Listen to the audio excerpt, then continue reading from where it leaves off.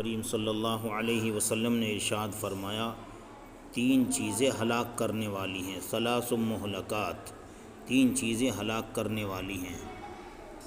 ان میں سے پہلی چیز ہے شح مطاع، ایسا بخل جس کی اطاعت کی جائے، وہوى متبع، ایسی خواہش جس کے پیچھے پیچھے چلا جائے، واعجاب المرء بنفسی، اور ہر انسان، تیسری چیز ہے ہر انسان اپنی رائے میں مگن ہو۔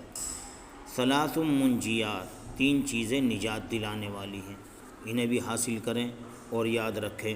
نمبر 1 خشیت اللہ فی السر والعلانیہ، ایک اللہ کا خوف خلوت میں بھی، جلوت میں بھی، تنہائی میں بھی، مجمع میں بھی اللہ کا خوف ہونا چاہیے۔ جتنا ہم لوگوں کے سامنے اللہ کا خوف رکھتے ہیں، اس سے زیادہ ہمیں تنہائیوں میں ڈرنا چاہیے اللہ تعالیٰ سے، انسان کی نیکی کا پتہ چلتا ہے۔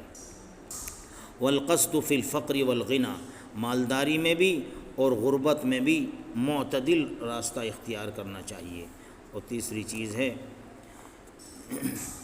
العدل فی الرضا والغضب، خوشی میں بھی اور غصے میں بھی ہمیں عدل کی اور انصاف کی بات کرنی ہے اور انصاف کرنا ہے۔